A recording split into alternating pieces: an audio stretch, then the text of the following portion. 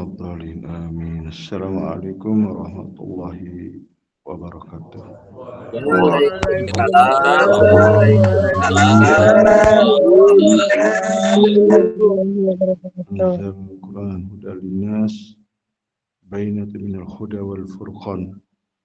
Wassalatu wassalamu ala nabil huda wal hikmah wa khataman nabiyyin wa imamul mursalin sayyidina Maulana Muhammad wa ala alihi washabihi ajma'in, amma ba'du. Kepada bapak-bapak pembina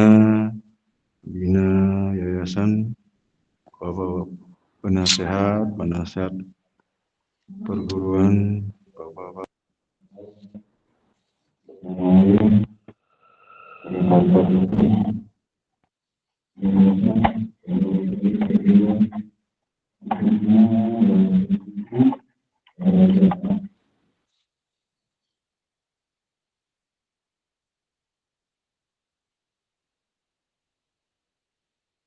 kita panjatkan kepada Allah Subhanahu wa taala atas limpah rahmat, taufik, hidayah serta izinnya. Pada kesempatan yang berbahagia ini kita dapat berkumpul kembali di majelis zikir perguruan Tahak Naksabadi yang sama-sama kita cintai, di mana kita dapat melaksanakan kewajiban kita, rutinitas kita. Semoga amal ibadah kita ini senantiasa mendapatkan rahmat dari Allah Subhanahu wa taala. Amin ya rabbal alamin. Salawat dan salam kepada junjungan alam, junjungan Nabi besar Muhammad sallallahu alaihi wasallam. Allahumma shalli ala sayidina Muhammad wa ala ali sayidina Muhammad. Atas bimbingannya, petunjuknya dan syafaatnya lah yang kita harapkan. Moga-moga kita dapat mengikutinya, mentaatinya secara zahir dan batin. Amin, amin ya rabbal alamin. Alhamdulillah wa syukurillah wa nikmat Allah. Tidak terasa bahwa kita telah berlama-lama berzikir sudah berkali-kali kita melakukan zikir. Ini membuktikan rasa mahabbah kita, dan ini salah satu cara kita, jalan kita untuk lebih merasakan bahwa kedekatan kita kepada Allah Subhanahu wa taala. Zuk di situ sehingga kita tidak merasa banyak, sedikit saja, sebentar saja sebenarnya. Tapi ketika kita sudah memperoleh zuk itu sendiri, tapi terasa lama ketika kita hanya dengan kekuatan fisik dalam berzikir, hanya dengan pikiran dengan satu gerakan-gerakan zahir. Tetapi ketika kita mengikuti suasana rohani, suasana kalbu, sehingga tidak terasa enak bahwa mau berapa waktu atau lama tidak terasa. Itu sesungguhnya yang kita harus latih Kalau belum kita mengalami, kita rasakan, harus kita latih. Sehingga nanti pada detik-detik terakhir itu yang muncul, itu yang kita temui. Itu yang kita alami, suasana rohani itu. Suasana zikir yang dikerjakan oleh roh kita bukan oleh fisik. Oleh fisik ini kita tinggalkan, tidak kita pakai. Suasana fisik ini hanya kita peroleh di dunia ini. Setelahnya udah tidak lagi. Begitulah pentingnya amal rohani, karena itu yang kita bawa. Itu yang kita akan pakai. Itu yang kita sungguhkan ke Allah. Itu yang menjadi perhatian Allah, itu yang dinilai. Itu. Jadi kalau fisik ini yang kita bawa ke Allah, ditolak soalnya. Makanya kalau amalan fisik tanpa diikutkan kolbunya, ditolak. Sholat saja kalau tidak ada kolbunya, ditolak. Doa, syafadah semua itu dia. Itulah pentingnya amalan rohani ini. Tetapi kebanyakan orang tinggalkan. Dia lupakan Nah, baru ketahuan dia setelah mereka dalam roh, dalam barzah. Oh, baru, oh ini ya, yang benar ini sebenarnya kan gitu. Itu makanya di dalam tata cara kita manfaat ibu bapak dan saling warisin kan. Sebenarnya kita adalah memberi satu tempat yang mulia yang Allah kita tingkatkan derajat mereka sebenarnya ya dalam syafaat-syafaat kita yang kita lakukan kepada ibu bapak termasuk jamaah-jamaah kita. Di sini kita saling tolong menolongnya dalam hal-hal kebaikan. Mungkin tadinya jamaah kurang keaktifannya, kurang disiplin, kurang dia ya apa namanya ya semangatnya atau kurang dalam amaliyahnya. Disitulah ya kita menolongnya ya, membantunya memberikan syafaat-syafaat pada jamaah-jamaah kita, keluarga-keluarganya sekularis. Oleh sebab itu kita tidak jemu-jemu ya, kita tidak harus merasa apa namanya ada rasa kita apa namanya melihat dari sisi negatifnya kan, tapi adalah positif. Pun juga walaupun kita lakukan syafaat kepada mereka, apa yang kita lakukan kepada mereka pun juga kepada kita pun perolehnya ya, bukan berarti kita berikan mereka hanya untuk mereka, akan tetapi oleh kita sendiri yang apa namanya yang mensyafaatkan mereka. Itu ada apa imbangannya ya. Jadi kalau kita sampai apa memberikan syafaat sehingga mereka terangkat, mereka terselamatkan, kan luar biasa enggak itu. Ibarat kita di dunia ini ketika melihat orang dalam kesusahan, kesulitan, kita bantu, weh sangat menyenangkan. Bahkan dia mendoakan dan bahkan berharap ketika nikah jaya nikah mereka akan menolong kita, akan dibantu ya, ada membalas satu balasannya, jasanya kan seperti itu. Oleh sebab itu kita sebagai jemaah ya bahwa kita jangan berpikir untuk pribadi ya, akan tetapi adalah bagaimana adalah keluarga-keluarga kita. Ini jemaah hampir setiap hari ya ada sajak jemaah-jemaah kita yang mendahului, yang telah berpamit ya, telah kembali ada di alam barzah yang barangkali jamaah-jamaah yang sudah ada di situ sangat merindukan ya, sangat berharap sekali terhadap syafaat yang disampaikan melalui halkah-halkah.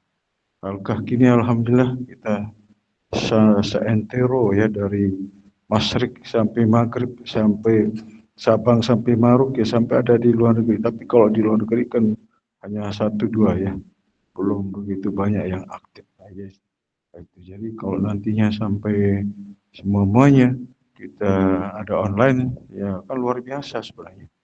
Dan ini akan menjadi satu kehidupan, akan kembali ke kehidupan dalam zaman terdahulu. Dia diwarnai dengan zikir di setiap sisi kehidupan di kota, di kampung, di mana-mana. Ya, hanya terdengar zikir, bukan terdengar teriakan-teriakan, terdengar satu jeritan-jeritan dan kesusahan. Itu bayangkan enggak? Ya, barangkali Allah membukakan kasab setiap daerah, setiap orang, setiap kampung dan sebagainya. Waduh, mungkin tidak ada yang tidak akan mau berzikir ya, tidak ada yang mau melalaikan ibadah ini sebenarnya ya. Tetapi Allah masih tutup mereka. Artinya apa? Masih ada keseimbangan gitu ya.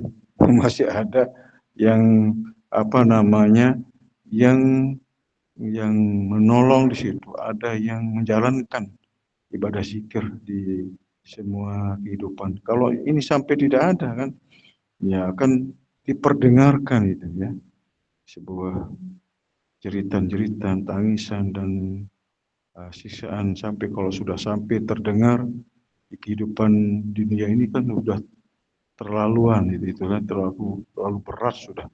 Itu sesuatu hal yang sangat-sangat sangat bahaya sekali ya. Tapi masih tertutup ya. Ketika kita ada di dunia saja Allah tutup semuanya. Kemudian mereka ada di alam barzah masih ditutup. Allah rahasiakan di situ. Kalau itu dibuka itu luar biasa. Apa yang terjadi? Inilah suatu ya hal yang nyata, yang real. Itu. Tetapi terhadap jamaah-jamaah kita yang Allah izinkan, Allah beri penglihatan rohani, itu diperlihatkan sebenarnya situasi-situasi ya, baik itu jamaah kita yang ikut atau yang udah ikut tapi keluar, atau yang tidak ikut misalnya. Itu luar biasa. Sangat jauh sekali perbedaannya. Bayangkan enggak? Tapi kan hal ini kan susah kalau kita mau pahami, mau kita jelaskan, karena ini perkara rahasia masalahnya. Makanya saya ingat mendorong kepada jamaah supaya jamaah itu ngalamin, ya, melihat, ya, merasakan suasana itu di situ, supaya tidak menjadi fitnah atau menjadi sebuah apa namanya satu satu cerita-cerita, kan begitu.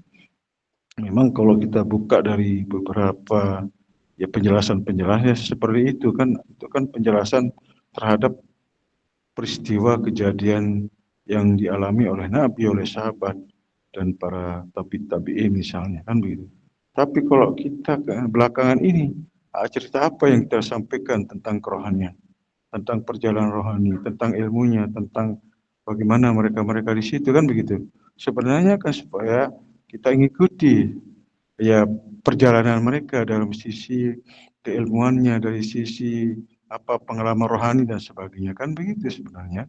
Makanya kita tidak ada sesuatu hal yang unik, yang aneh atau hal yang biasa saja, karena kita di mata jamaah, di mata perguruan kita ini adalah sesuatu hal yang biasa saja, ya bukan hal yang aneh atau hal-hal yang yang istimewa di dalam perjalanan rohani itu kan.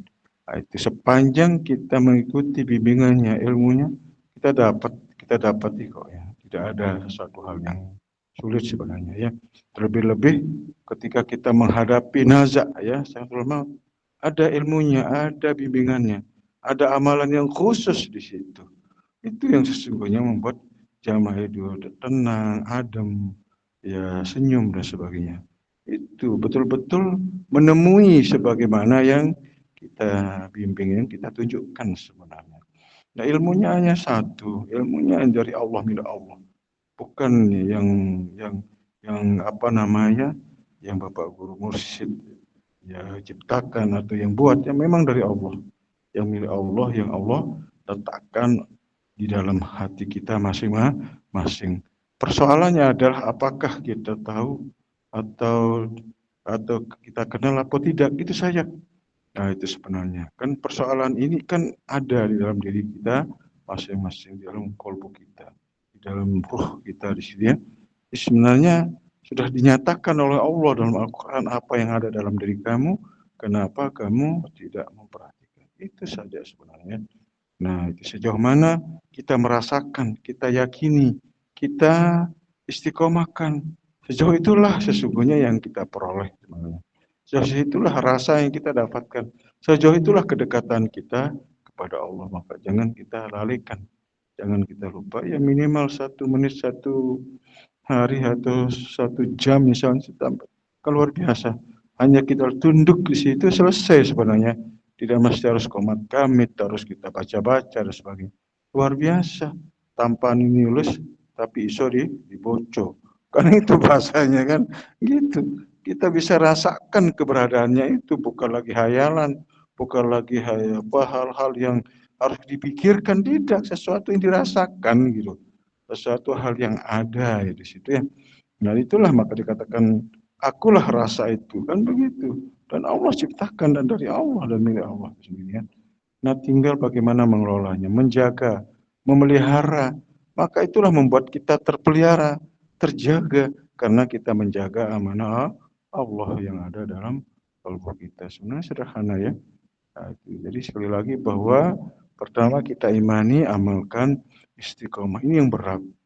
Istiqomah ini atas itu lebih baik daripada 1000 memang berat, tidak gampang, ya. Kita kalam-kalamnya aja istiqomah. Tapi kan buktinya saja begitu ada sedikit gangguan ujian, kita sudah ya keteteran juga kan begitu kan. Nah, artinya kita sudah punya alasan kenapa tidak hadir, itu ini. Saya silakan kembali kepada diri kita, kepada jamaah kita masing-masing. Itu kita akan temui sendiri masalahnya. Apa persoalan kita yang kita lakukan ini kita temui. Kalau kita betul lurus, luruslah. Kalau betul ikhlas, ikhlaslah kan.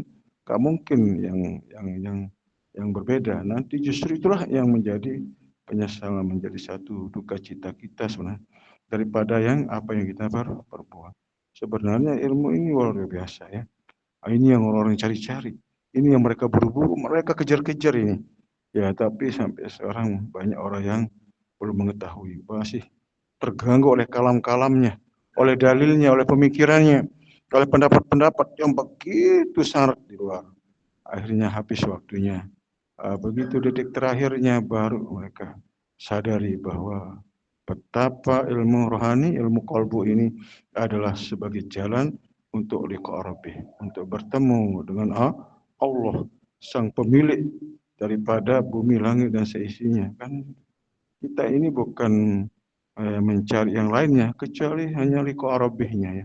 Berharap berjumpa dengan Allah, maka syaratnya adalah hendaklah berzikir kepada Allah dengan zikir yang sebanyak-banyak. Zikir yang sebanyak-banyaknya ada di dalam kalbu kita.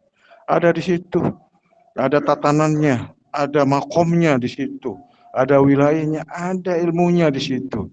Tinggal kita tunduk aja di situ, selesai sebenarnya. Nah, enggak harus kita mikir-mikir, enggak harus kita harus nanya-nanya lagi. Sebenarnya tinggal kita aktifkan ya apa namanya keimanan kita, istiqomah kita di situ. Nah, ini itulah sebabnya halakah ini kita bangun untuk saling menjaga, saling menasehati, saling membangun artinya kehidupan kita nanti di akhirat. Istana-istana kita nanti di akhirat. Itu maka akan tergantikan daripada apa yang kita perjuangkan, kita yang sedikit perjuangan kita ini akan tergantikan sebesar istana nanti di surga. Bayangkan enggak? Hanya sedikit sebenarnya perjuangan ini, maka orang-orang berlomba-lomba untuk itu sebenarnya. Impian mereka supaya mereka temui, mereka dapatkan istana surga ya. Itu luar biasa. Itu tidak sekedar istananya tetapi ada kebunnya di sini ya. Lebur surga, ada istana surga, ada mahliga yang begitu syarat ceritanya di situ. Pemahaman itu tentang sesuatu hal yang sangat elok, yang indah dan sebagainya. Itu kan kepikiran bagi mereka. Tapi janganlah kita hal itu yang terganggu. Bagaimana kita tetap fokus. Nah, ingat sebagaimana yang ditunjukkan itu ya kuncinya sebenarnya. Nah ini jadi sekali lagi bahwa kita jagalah ya suasana hari-hari ini, waktu-waktu ini kita nggak tahu kapan besok, lusa atau minggu atau bulan atau tahun depan. Nah, ini maka kita adalah orang yang terbaik, amal yang terbaik, ilmu yang terbaik untuk menjadi jalan kita untuk menuju kepada Eko Arabi. Semoga Allah merahmati dan meridai sekali lagi sampai akhir hayat kita. Demikian kurang lebihnya wabillahi taufik. Wassalamualaikum warahmatullahi wabarakatuh.